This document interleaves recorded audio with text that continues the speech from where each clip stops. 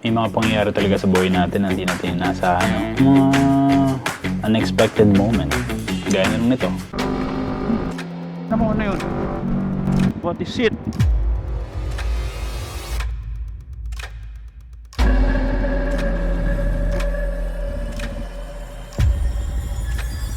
Oh, kinain niya. Oo, tama kayo. Nangyari mismo sa akin yung sinabi ko nung unang video na ginawa ko. Isa sa mga advantage mong may club ka, gaya niya, example, wag naman sana masiraan ka sa daan.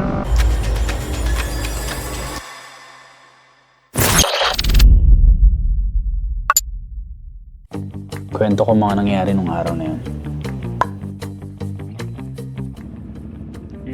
Yo.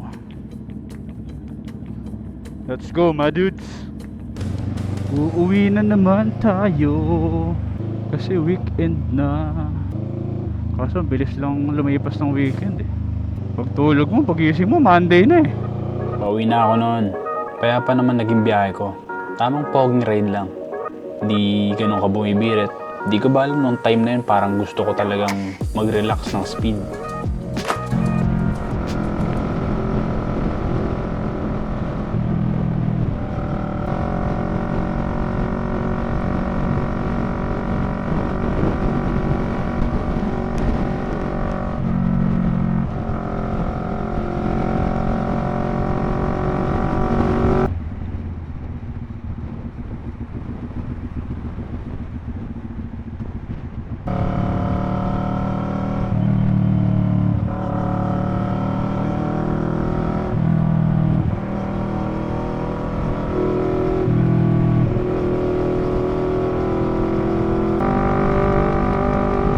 Hanggang ito na nga. Putang mo, ano yun? Pre, what's that, pre? What's that, pre? What is that, man? Oh. What is it? Pansit. Ano yun? Lumuwag? Lumog yung kadena. Sa part nito hindi ko pa napansin. Putol na pala yung kadena ko. Oh, kinain niya.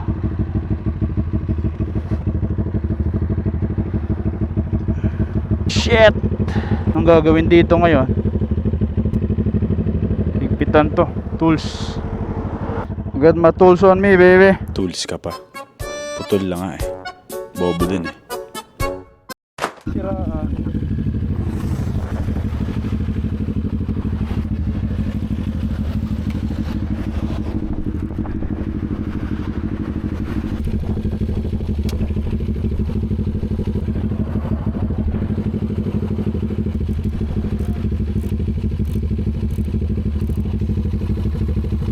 Ay, natutol yung kadena ko. Bobo din eh. Kaya pala. Hindi may takbo to. Kung kumakabit ko lang sana. Doon ko nakita basag pala yung inner lock ng chain. Gago, putol kadena ko, pre. Bad trip. Rescue. Hindi kaya.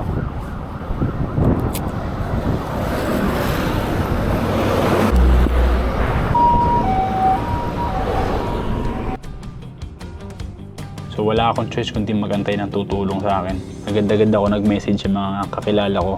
Nagbabaka sakali na may malapit sa area na tumulong sa akin. Nag-post agad ako sa mga group ng big bikes at NK groups. Nagbabaka sakali again na baka may makapag-rescue sa akin.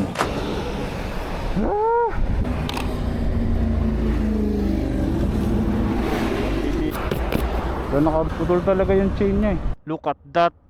Tignan natin, sana may malapit. Buti medyo mabagal lang yung takbo ko kanina. Nasira yung lock, putol talaga siya oh. Isa sa mga group na mabilis nag-response at na-approve agad yung post ko is yung NK Chillers Club. Traffic muna tayo habang nag-aantay ng rescue. Sana may dumaan na patrol, pre. Patrol. Kailangan ko kayo ng patrol. Rescue. Boss, rescue. Dumaan lang yung rescue, pre. Woo! Huwag ako sa traffic dito. Kabila kayo naman, pre! Nag-enforcer na ako dito, man. Skyway, 0917 09175 0925 09. Come on, dude! Tamang traffic enforcer muna tayo.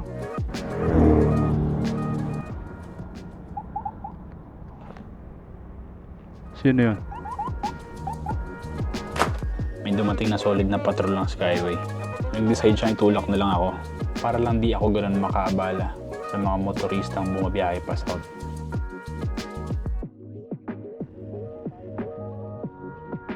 Hindi naman siya nag-lock, sir. Hindi pwede, sir. Freewheeling yan. Pwede tagalin, sir. Baka may zip tie kayo, sir. Zip tie. Dito na lang para, oh. Sige. Subukan natin, sir.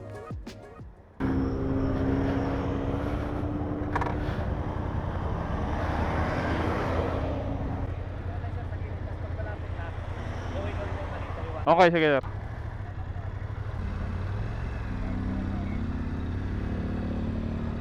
Ah!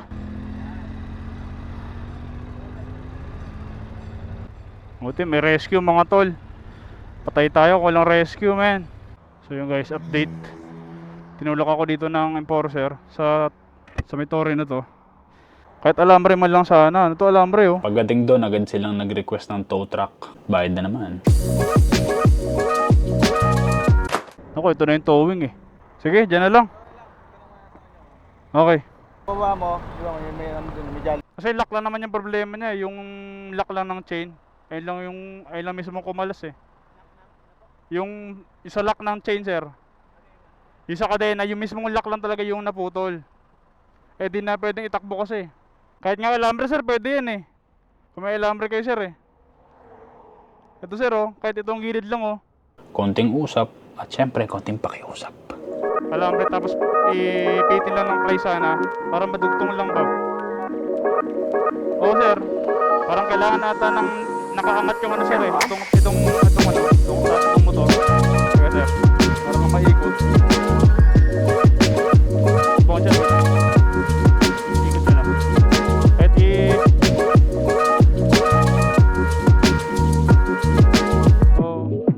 may place kayo, sir, na pangupo.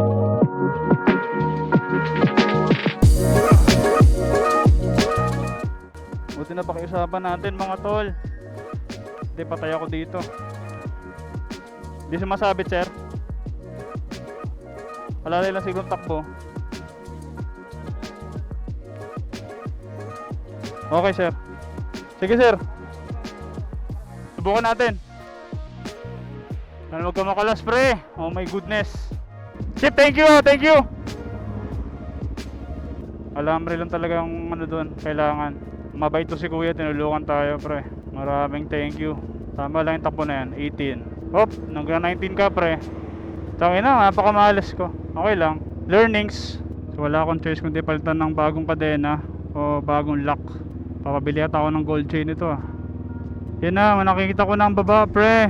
Makikita ko na ang baba. Lalay lang. Buti medyo relax lang din isip ko nun. Dapat naman talaga maging kalmado ka lang sa mga ganong sitwasyon at pangyayari. Imbis na upgrade content, kadena content. Konting-konti na lang.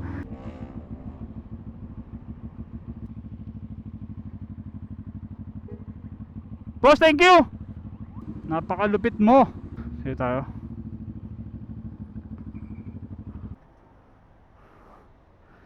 Saan yung lock ko, pre? So yun, guys, update. Tulad tayo ng kadena, pre. Mag-rescue na naman. Hantay lang natin. Tutulo kadena ko, man. Tinan mo naman. Saan na yun? Hindi ko mahanap, eh. Buti mabait yung nagtotoo, pre. Pakiusapan natin na lagay lang ng wire. Kasi kung hindi, magbabayad ako ng 2,000 doon, ikit.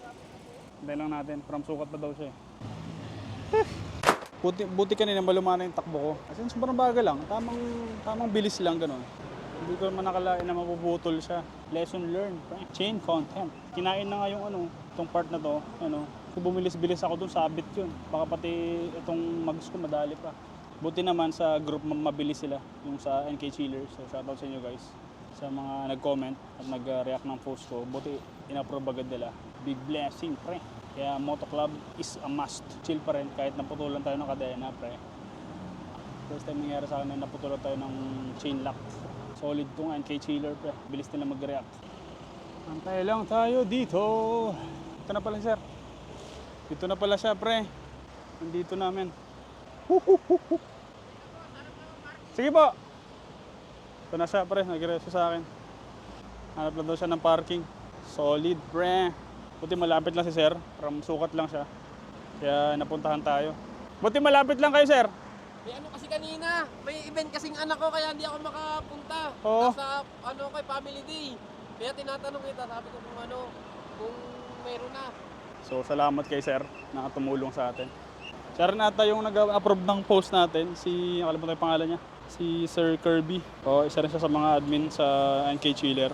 Buti dumating yung nagtutow. Sabi ko, sir, baka meron kayong kahit wireman lang na pwedeng itali sana. Para lang Buti hindi kasi Ayun nga, sir, ang pinakamaganda doon, di ako siningil. Oo ba? Sabi ko, inisip ko nga kanina, kutya alanganin ang exit talaga sa C5 pa talaga. Ayun nga, sir, eh. Admin kayo, sir, ng page. Oo, sa NK. Sa NK Chiller. Sakto pala. Sabi ko nga, content ko, upgrade eh. Nangyari, chain content eh.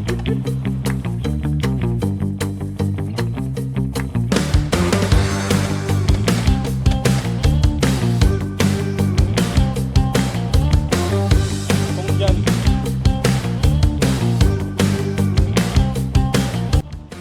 Matic, gold chain. Biglang gold chain. Ayun, napag-gold chain ako, pre.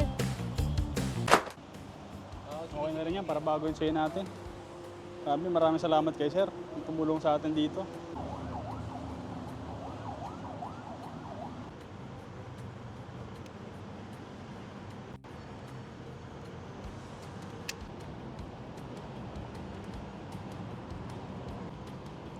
Tigas. Yan na. Mangat na. Yan na. Yun.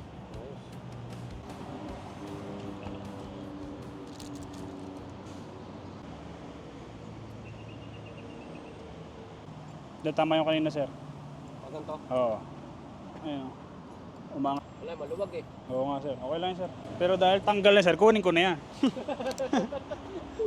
Balik na lang muna yung stock. Kasi napakaluwag.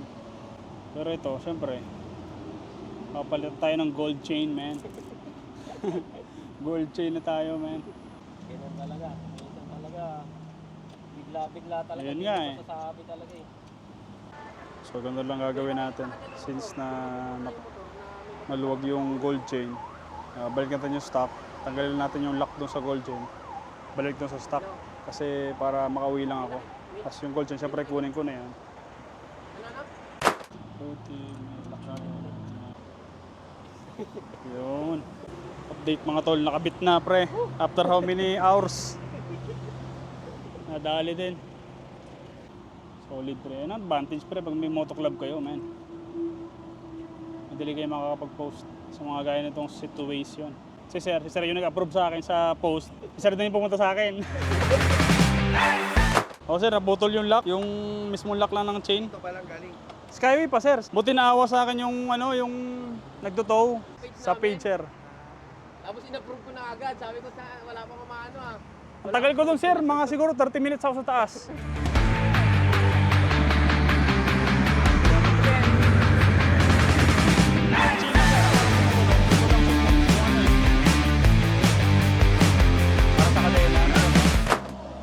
Maraming thank you sa inyo sir. Napaka-solid nyo. Makaka-winner na ako ng malumanay nito pre. Ayos. Sir Kirby. Malapit eh. Sobrang solid. Yo, recording guys. After how many hours, Diyos ko. Buti may nag-rescue sa atin, man. Napaka-solid ni Sir Kirby. Nagpunta pa siya all the way from Sukat, guys. Nakakatuwa lang kasi siya yung nag-approve ng post ko sa group. Hindi ko naman inaasahan na siya din pala makakatulong sa akin. Sir Kirby, isa kang solid na rider. Sir, mabuhay ka.